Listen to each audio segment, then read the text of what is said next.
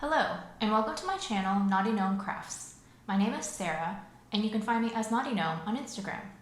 Whether you are a new or returning viewer, thank you so much for joining me, and it's time for another Friday Sews. If you're not aware, Friday Sews is a hashtag that was started by Jen of Today in Jen's Sewing Room, where sewists across the YouTube community talk about their projects that they've been working on and share a little bit about their lives. And you can check out the hashtag, it's always linked below, and I also always link Jen's channel in the description box for my Friday Sews videos. So in today's video, I have a refashion to show you. I have 3 finished sewing projects, I have 1 work in progress, and then I have some knitting to show you. And at the very end, I will give you a podcast recommendation for a new podcast that I just found and really love. So let's just get started. If you watched my last Friday Sews video, you will have seen this Simplicity 9141, which was a dress that I made out of linen that I got from Joann Fabrics. And it was a fail because the top portion was too loose on my body and the weight of the skirt was just pulling it down, and it just was not functional as a dress. And so at that time, I had decided to cut the dress into 2 pieces and try to make them separates. So I was half successful in that, so let me just grab it and show you what I have done. So I have transformed the lower portion of the dress into this broomstick type skirt with 3 tiers, and there's still a ton of fabric, a lot of volume in this, but I actually kind of like it as a skirt. What I ended up doing is, because I had added my own inseam pockets, I cut the dress into 2 right at the pocket line so that I could preserve the pockets, and then I cut out a separate waistband piece because I had enough fabric left over, folded it in half, and added 2-inch elastic. Now, normally when I add elastic waistbands, I will stitch horizontally through the center of the waistband to keep it from twisting, but because there's just so much volume in this so much fabric that goes around the waistband, because there was just a lot of volume to take in, I think that it would have been really hard to stitch neatly through the entire waistband.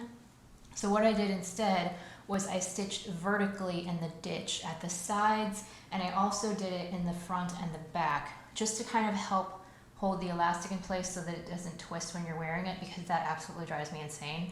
And I think that works pretty well. I went ahead and washed and dried it one more time, and I tried on the skirt last night. I'm sorry I don't have pictures yet to show you, but I do really like this much better as a skirt. The weight of it isn't nearly as uncomfortable as it was as a dress.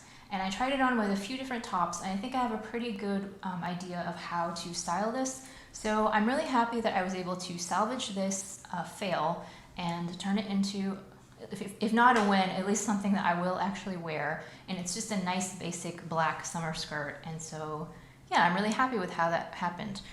Also, I forgot to show this last week, but I did finish the ends of the ruffle with a serge rolled hem, because it's just a lot of fabric that you needed to hem, and I thought that would be easier. So I really like the way that the hem finish came out. I just used the rolled hem function on my serger, and I also used 2 strands of woolly nylon in the looper threads, which is supposed to create like a nice, like filled sort of look. And I think it worked really well. I don't know if I'm going to be able to get close enough to show you, but I will try.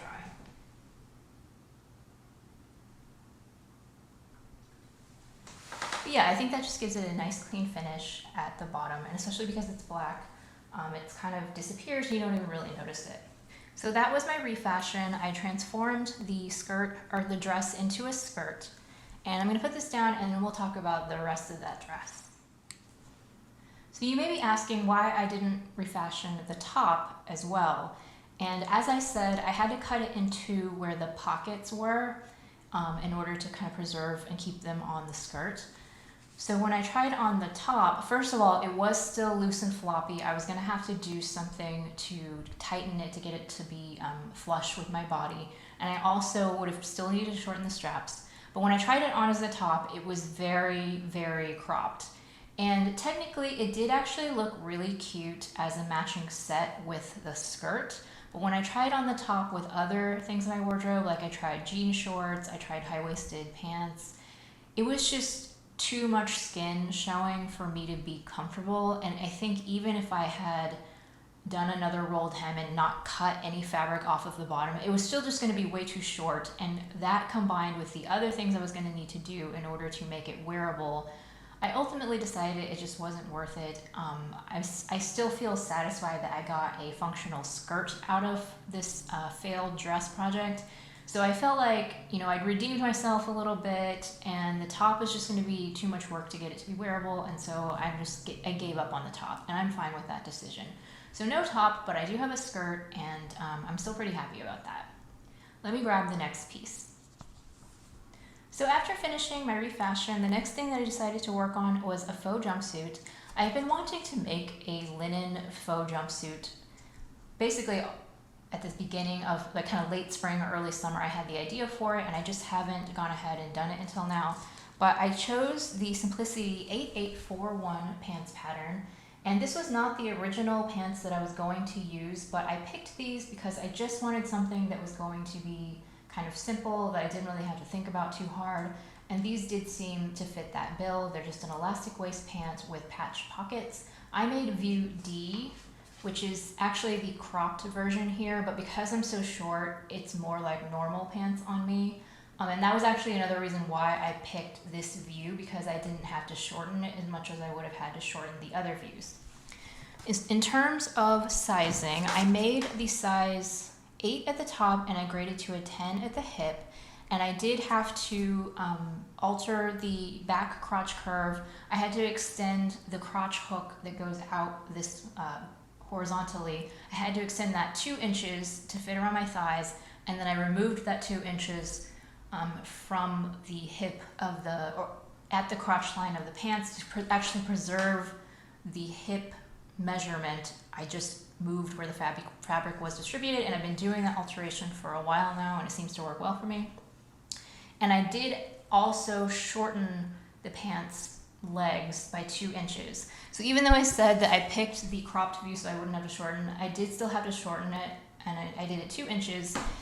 And other than that, I didn't make any changes. I used this Brussels washer linen that I got from Stylemaker Fabrics. This is a very dark navy color. It definitely tends to read as black, but it is navy. And the pants have these like neat belt loops. They have like kind of a V shape, and there's a double loop here. And I think that actually looks really nice, but I realized when I took my photos that I need to be careful if I use a belt, because it's super easy to miss these double loops here and just put it through like one of the loops, and I did that accidentally in the photos. So I think if I made these pants again, I would just do normal like single belt loops just because it's easier. But I do think that the double loop looks nice. It's just a little bit not practical. Like I said, the pants have patch pockets here, and I did add the cuff at the bottom. Normally I avoid cuffs because I'm so short, but I thought I would just give it a try and see if I liked it. And I think it looks fine. These pants are slightly tapered at the leg or at the ankle. The fit is pretty good, and yeah, I really like the way that these pants came out. I think that I would definitely make them again. I could see this becoming a tried and true pattern for me. I definitely want to try the wide leg version and see if I like that as well. The only thing about these pants that I'm unsure about is that as I said, I removed them 2 inches from the leg and made them 2 inches shorter. But when I actually put them on, they're pretty short. And I'm just not used to that because I'm so short that all of the pants that I ever buy in stores are too long. And I think that I just kind of get in the habit of being used to my pants being too long. So when they're actually like ankle length or like the proper length, I feel like they're too short, if that makes any sense. So I asked them my question, I posted the picture on Instagram, and I asked people if they thought the pants were too short. And only one person actually told me that they thought it was too short. Everybody else said it was fine. But for my comfort, I still feel like maybe it's a little too short. So I think next time I would go ahead and lengthen the pants by just 1 inch.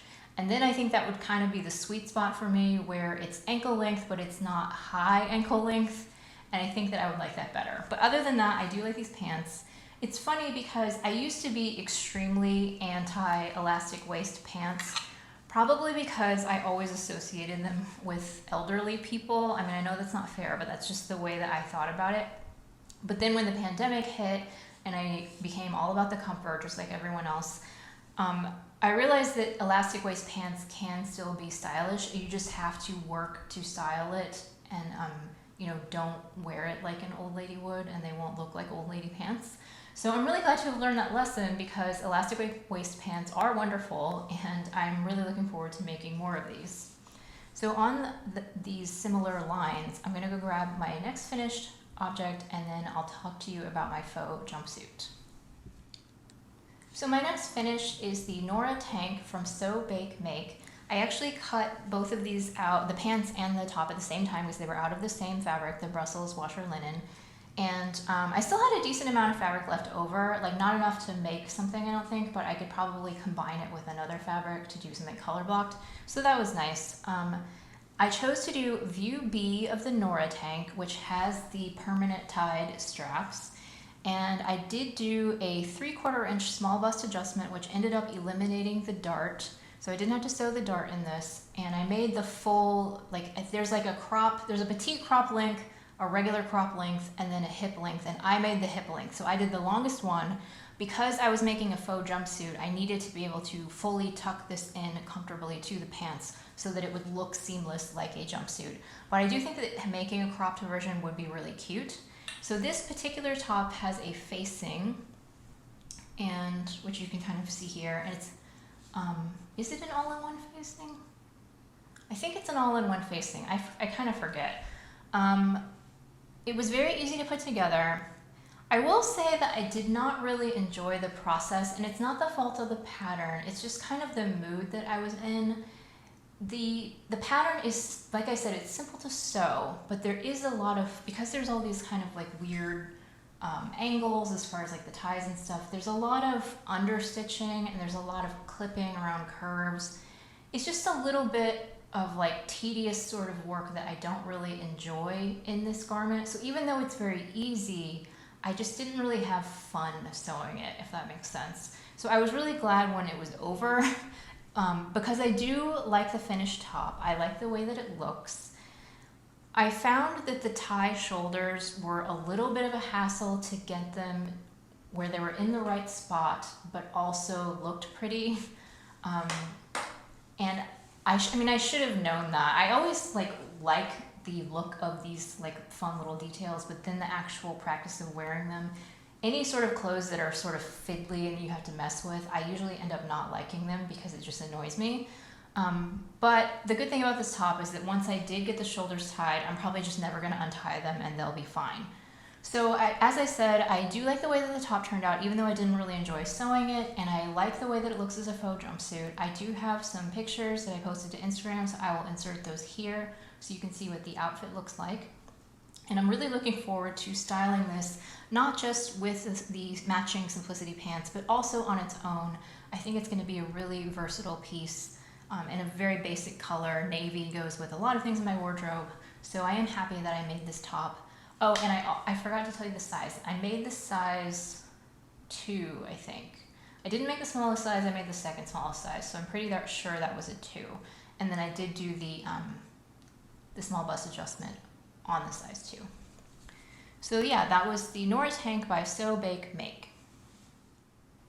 So my third finish of the week is another fail, but one that I'm not too sad about, and I'll get to that. So I had wanted to make myself a birthday dress. This was in my July plans. I was going to make the Vogue 1734 wrap dress, and I was going to make this dress that the model is wearing, but I wanted to lengthen the flutter sleeves to elbow length because this cutting off the flutter sleeve at the bicep looks really bad on me. So I thought if I lengthened the sleeves it would look better. And I had chosen a sage green rayon challis in a print that I really loved that I wanted to use to make the dress. So the first issue that I encountered was I wasn't thinking about when I said I wanted to lengthen the sleeves 3 inches.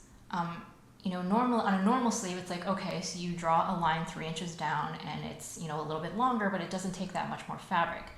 But a flutter sleeve is essentially a circle with like a little hole in the middle, or not in the middle, but like with a hole in it. And so when you make it 3 inches longer, you know, if you got a circle, suddenly the circle's this much bigger. And so it's a much, much larger pattern piece when you lengthen a flutter sleeve.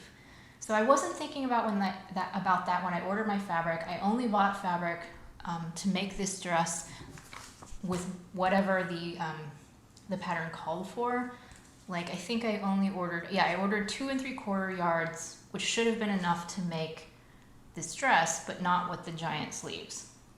So I tried and tried and tried to fit it onto my green fabric. I like laid it out in a single layer and like, you know, tried to puzzle all of the pieces together, and it just would not fit. So I'm like, okay, I can't make this dress in the sage green fabric.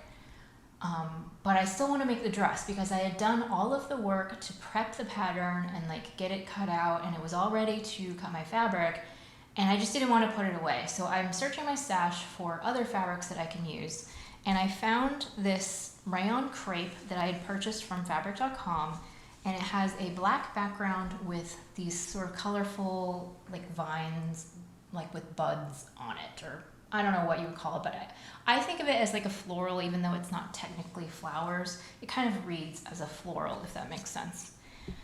So I had been saving this fabric to make a skirt, only because, like, I think the fabric's beautiful. I'm not against the fabric, but I had started to realize that I really have a type when it comes to fabric. I have a lot of dresses that have dark backgrounds with small scale florals. And I mean, the reason that I have so many dresses like that is because I love them. I like those kinds of fabrics. I also like that the dark backgrounds, you usually don't need to line them. So it's great for like summer weight dresses and stuff that you just don't want to line. But, you know, I'm looking in my closet and I have a number of those sorts of dresses. I just didn't really want another one. But as I said, I was really disappointed about not being able to make the green dress. And I'm like, I just want to make this dress. So I went ahead and I had enough fabric. I had 3 yards of this. So I went ahead and cut out the wrap dress. Now I made a size 8 in view A, which is actually technically the shorter view. There's another one that goes down to the floor that's more of a maxi. But when I had kind of tissue fit the pattern pieces, I was thinking that the shorter view was going to be midi length on me. So I didn't shorten the skirt or anything. I just figured that that was fine, not taking into account the weight of the fabric. And this just keeps happening to me, that like the weight of the fabric can make hems longer, and especially in something like rayon, which is already a heavy fabric, the dress ended up being too long. Like, it's definitely a maxi length. I have to wear heels with it. I have problems with my feet, so I very rarely wear heels unless it's a special occasion. But with this dress, I would have to wear heels, and even then, I always do a little test where I make a new dress and it's long. I walk up and down the stairs in my house, and if I trip on the hem of the dress, it's like I can't wear it. Like, it's just any sort of situation where I'm gonna trip, I will. And so like, I don't want my dresses to be that long. So the dress is too long. It's really hard to shorten because you have to hem it. It's a wrap dress, so you have to hem it before you attach it to the bodice. So it's not a simple matter of just like cutting the hem shorter. It's a high-low hem as well. And I again did the serged rolled hem with the 2 strands of woolly nylon.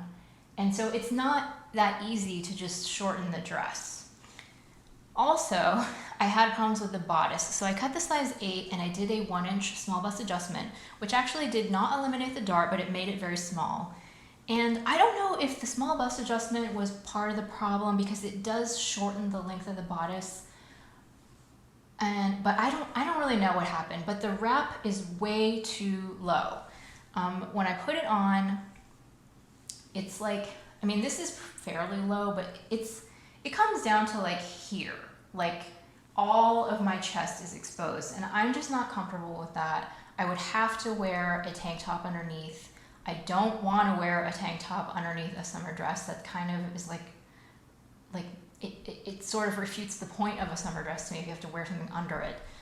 So I was really unhappy with that. I think part of it was also my own fault because the pattern calls for 1/2 inch single fold bias tape, and I never buy packaged bias tape because I have a million yards of quilting cotton, so I can just make my own bias tape. But I always get confused of like what size I'm supposed to cut the bias tape when you're making it on your own.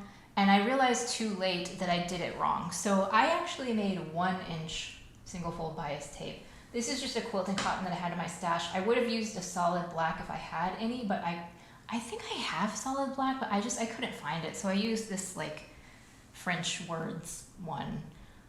So I think that also contributed to the neckline being too low because I ended up,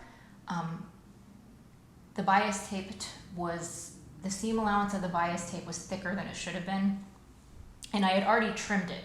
So I couldn't go back and fix my mistake because I had already trimmed off the excess to fold it to the inside and stitch it down.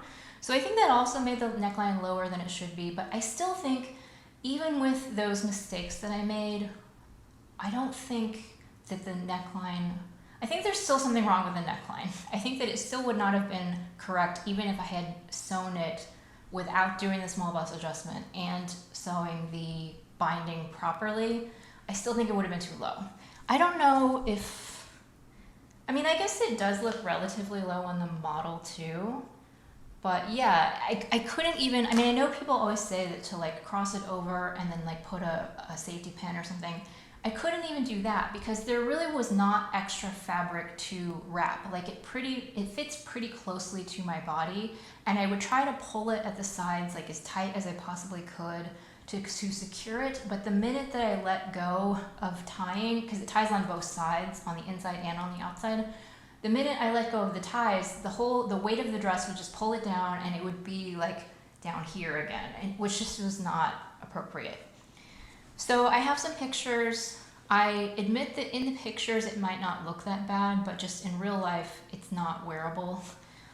So that was disappointing. However, as I was thinking about my Simplicity 9141 dress that I turned into a skirt, I started thinking about why couldn't I just turn this dress into a skirt? Because that would actually be fairly simple. All I would need to do is remove the skirt from the bodice. In order to make it shorter, I think I would end up cutting off probably like 5 or 6 inches to make it the length that I wanted the skirt to be. And then I could just add a facing to I would need to narrow the waist seam to make it fit my waist again because, you know, I'm cutting 6 inches down, so it's going to be wider. But I could easily just take it in at the side seams and make it the proper width for my waist. And then I could just add a facing or even maybe just like binding. I would need to figure out how I could reattach the ties because right now the ties are attached to the bodice and not to the skirt. But I could figure out how to do the ties and just turn it into a wrap skirt. And really, like, that's what I wanted to use for this fabric anyway, was a wrap skirt. So I think that's what I'm going to do. I'm not going to do it right now because I just feel like I need a little bit of time and distance from this project. But yeah, so it's a little bit disappointing that it was a fail and I don't have a pretty birthday dress. But I do think that ultimately I'm going to be able to salvage this, and I might even like the skirt better than I would have liked the dress. So that was Vogue 1734. Moving on to what I am currently working on. Since I don't have a pretty birthday dress and my birthday is next week, I decided to cut out the New Look 6692 dress, which is part of a recent fabric haul. And I am cutting into my precious Liberty of London fabric. I have cut out the lining, and I did this morning cut out the pieces for the dress. I just have one of them here so you can see the fabric. This was part of my recent fabric haul. And I'm really hoping to get this dress sewn up this week so that I can wear it on my birthday next week. And I just think that in the end, hopefully this dress works out. And if it does, like, I think this will be even better than my original plan as far as having a birthday dress. So I'm very excited about working on this. And the final craft thing I have to show you is I had made more progress on my Cakewalk Socks. Here is the yarn in case you wanted to see what that looked like in the skein. And then I'm doing the Afterthought Everything Socks. I couldn't remember last week what they were called, and then of course like the next morning when I was doing editing and stuff, it like came back to me. But yeah, Afterthought Everything Socks. So I still have a little bit more to knit on the tube before I knit the ribbing for the other side, and then the fun part will be cutting it in two and making it 2 socks. So that is my knitting progress for the week. So just wrapping things up, the final thing I have to talk to you about is a podcast that is new to me. It's not a new podcast, but it's one that I just found, and it's called Every Little Thing.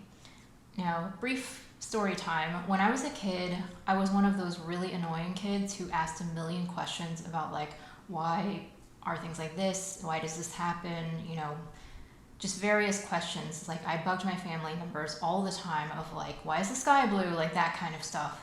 And, you know, at first they would kind of patiently try to answer me, and then they would get to the point where they're like, I don't know, go look it up. I'm going to show my age now because we had a very ancient set of encyclopedias that they would refer me to go look up information, and I would do it. I would look up answers in these encyclopedias from the 50s.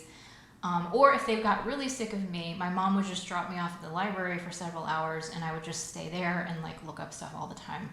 So basically, I was born in the wrong era because if we'd had the internet, I would have just looked up all this stuff on Google or YouTube or something, and I would have had all my questions answered, so that's really sad that I didn't grow up in that era. Kids these days are very lucky. But anyway, back to the podcast. So the Every Little Thing podcast is, the premise is that people call in with their weird random questions, and then they find an expert to answer them. And like my 10-year-old self would have loved that podcast because I always had weird random questions that nobody could find the answer to. So the fact that I found this podcast, I kind of binged several episodes like right when I found it. There are some pretty strange questions. Like one of the episodes I listened to recently was like, is my cat a psychopath and is he trying to kill me? And they went through the actual like list of psychopath diagnoses and like, does the cat, you know, exhibit these behaviors and that kind of thing. So it's pretty funny and entertaining. There's another one about a goose that kept trying to attack like this church, like members of this church, because he was protecting his nest, and just funny little things like that. And I really got a lot of enjoyment out of that podcast, and it just kind of took me back to being that inquisitive kid and just wishing that I had had stuff like that to listen to when I was younger. So if you are also a similarly curious human being, I highly recommend the podcast, and I'll put the Spotify link in the description box in case you want to check it out. Thank you so much for joining me today. I am glad that you took time out of your day to watch my video, and I will see you next time.